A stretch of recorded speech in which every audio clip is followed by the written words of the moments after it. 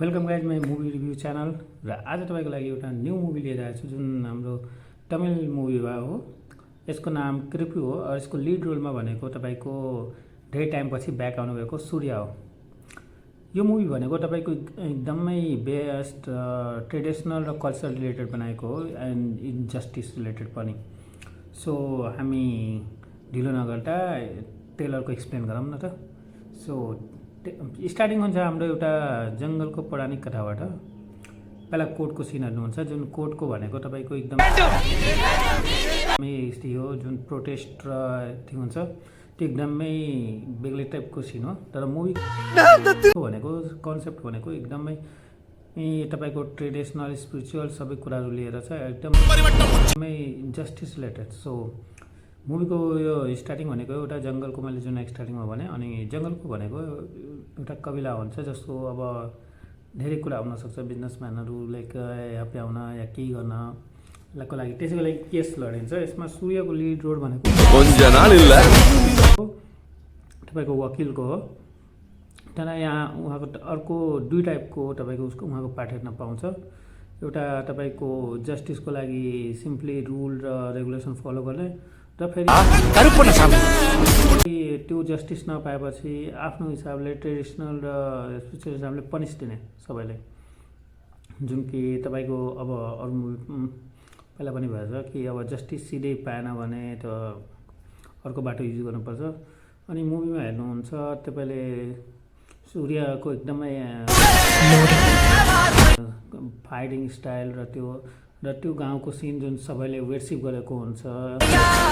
कृपु भनेको एउटा भगवानको हो जसको अब एउटा जङ्गल तपाईँले सुन्नुभएको होला, कति आदिवासीहरूको जङ्गलहरू हेपारी चोराटी गरे हो, फरेस्ट काटेर त्यहाँ डेभलपमेन्ट गरे हो।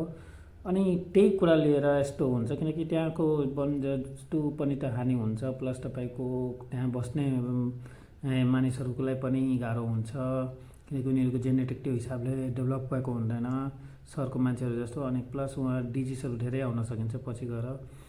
सो यो कुराहरूलाई यति गर्दा अब पहिला कोर्टको हिसाबले जान्छन्, तर कोर्टमा के हुन्छ अब पोलिटिकल प्रेसर सबै भएर त्यहाँ जस्टिस पाउँदैन। अनि जस्टिस नपाएपछि त्यसपछि उहाँले के अर्को बाटो अपनाउनुहुन्छ, जस्तो अब इन्डाइरेक्ट जस्टिस दिने भनेको अब त्यही हो, आफैलाई सबैलाई खोजी अति गर्ने र किल गर्ने, त्यो सबै कुरा पनि यसमा हेराइएको छ।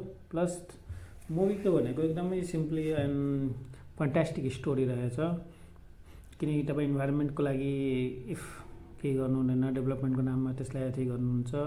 सो कुराहरूलाई यसमा सूर्यको एकदमै हेराएको छ, सेन्सिटिभमा हो। उहाँ धेरै टाइमपछि मुभीमा ब्याक हुनुभएको छ, उहाँको एकदमै लुक डिफ्रेन्ट टाइपकै रहेछ। हामीले त्यो पनि वकिलको लुकमा पनि उहाँले बेस्ट डिबेट गर्ने हेर्न पाउँछु किनकि जस्तो जस्टिसको लागि उहाँले डिबेट गर्नुहुन्छ। प्लस तपाईँलाई उहाँको एक्सन सिक्वेन्स पनि राम्रो हेर्न पाउनुहुन्छ, सिजिआई पनि राम्रो छ यसको। तपाईँले त्यो इन्भाइरोमेन्टको फिल गराउँछ, त्यो जङ्गल र त्यहाँ आदिवासीको पेनलाई फिल गराउँछ त्यो मुभीले। स्टोरी चाहिँ डिफ्रेन्टै लेभलमा रहेछ। तपाईँले यसको धेरै कुराहरू यसमा हेर्न पाउनुहुन्छ। इफ त्यो कुराले आफै हातमा जस्टिस लिएर कानुनको भरमा नपढेर उहाँले त्यो पुरै लिनुहुन्छ। पहिला त इट्स रुलमै चुन्नुहुन्छ, तर पोलिटिकल प्रेसर आएकोले तपाईँलाई थाहा नै हुन्छ कि कस्तो हुन्छ।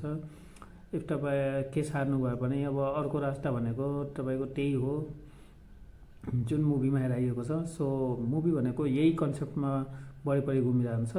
अनि मुभीको तपाईँको यसमा मास कमेडी प्लस तपाईँले एउटा भनौँ कोर्ट केसको डिबेट र प्रोटेस्टहरू यो सबै कुरा मुभीमा एकदमै तपाईँले रियल फिल दिन्छ। सो मुभी एकदमै बेस्ट सिनारीमा रहेछ। मुभी तपाईँ हेर्न सक्नुहुन्छ। यो भनेको 14 मई रिलिज हुन्छ। सो मुभी हेर्न नभुल्नु होला। ओटिटी फर्ममा पनि रिलिज हुने हो। यसको फर्स्ट डे नै राम्रो यसले टिकट गरेछ।